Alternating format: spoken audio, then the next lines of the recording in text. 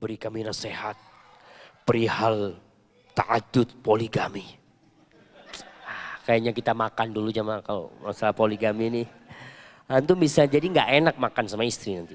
Kita besok pagi kita bahas poligami. Setuju? Nggak setuju, Mak. Ini yang minta nasihat datang ke ana aja lah.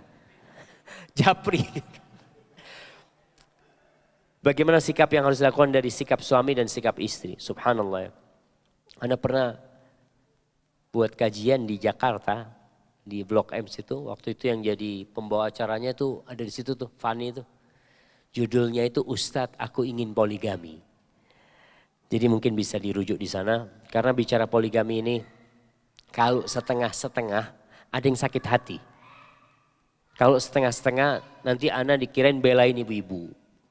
Nanti ada bapak-bapak, ibu-ibu merasa Ustadz ini belain bapak-bapak. Karena pada hakikatnya dua insan ini memiliki hukum yang berbeda. Hukum yang seharusnya dilakukan oleh seorang wanita dan hukum yang seharusnya dilakukan oleh seorang laki. Dan ingat, perintah untuk poligami itu menurut jumhur ulama perintah lil ibahah. Hanya untuk boleh aja. Tapi perintah boleh itu akan naik jadi sunnah, akan naik jadi wajib ketika kondisi-kondisi tertentu. Dan bisa jadi haram pada kondisi tertentu. Ketika seorang mau poligami dan dia tahu nggak bisa adil, dosa dia. Dia tahu aku nggak bisa adil. Anak ini memang orang itu hatinya satu. Ada orang yang kayak gitu. Kalau sudah condong ke sini nggak bisa dia kasihkan ke yang lainnya. Ada manusia seperti itu. Atau yang kedua, dia tahu dia tidak bisa memberi nafkah, tapi dia maksa poligami.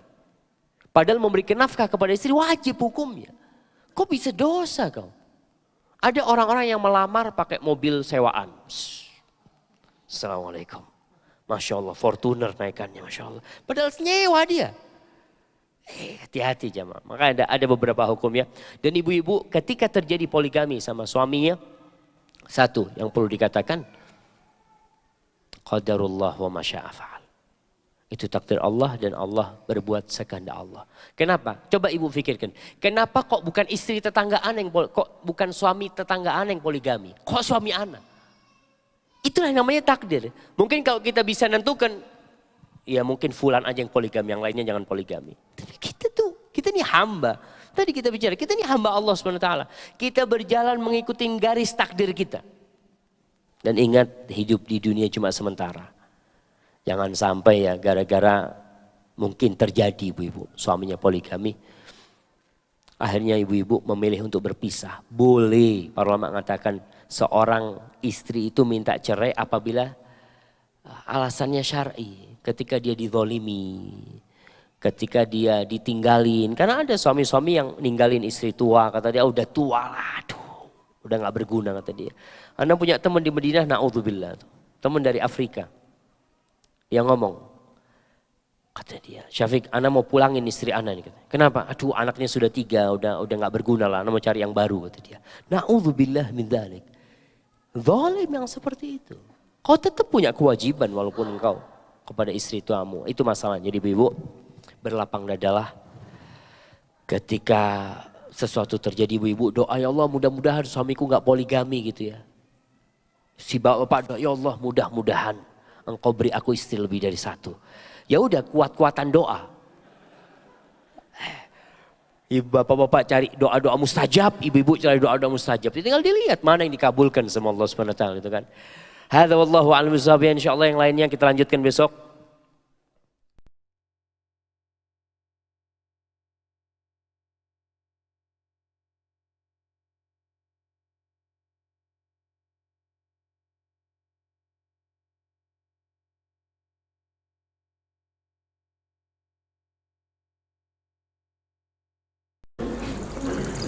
Assalamualaikum warahmatullahi wabarakatuh. Waalaikumsalam. Waalaikumsalam. Bagaimana hukumnya kalau kita sholat di dalam sholat memejamkan mata tanpa memejamkan mata juga tapi membusuk sholatnya? Nah. Assalamualaikum. Waalaikumsalam warahmatullahi wabarakatuh. Ya, bagaimana? Ini pertanyaan bagus juga. Sholat dengan memejamkan mata. Karena kalau tidak memejamkan mata tidak khusyuk gitu paman. Jadi pada intinya Rasul sallallahu alaihi wasallam telah mengajarkan kepada umatnya bagaimana sholat. beliau tidak pernah menutup matanya. Jadi para ulama menceritakan bahwasanya hukumnya makruh sholat dengan memejamkan mata.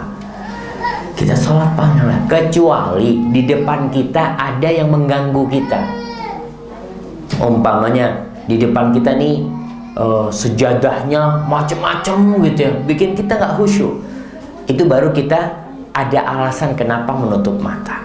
Tapi kalau hanya sekedar ingin nutup mata, kadang-kala sholat udah malam, sholat malam, gelap nggak kelihatan apa-apa, nutup mata lagi gitu kan. Ini kan sehingga kita membuat satu ajaran tersendiri enggak. Jadi Ibu, kecuali tadi yang saya sampaikan ada yang mengganggu di depan, baru kita boleh menutup mata kita. Tapi tidak boleh terus sholat kita dengan menutup mata kita. Karena memang gimana?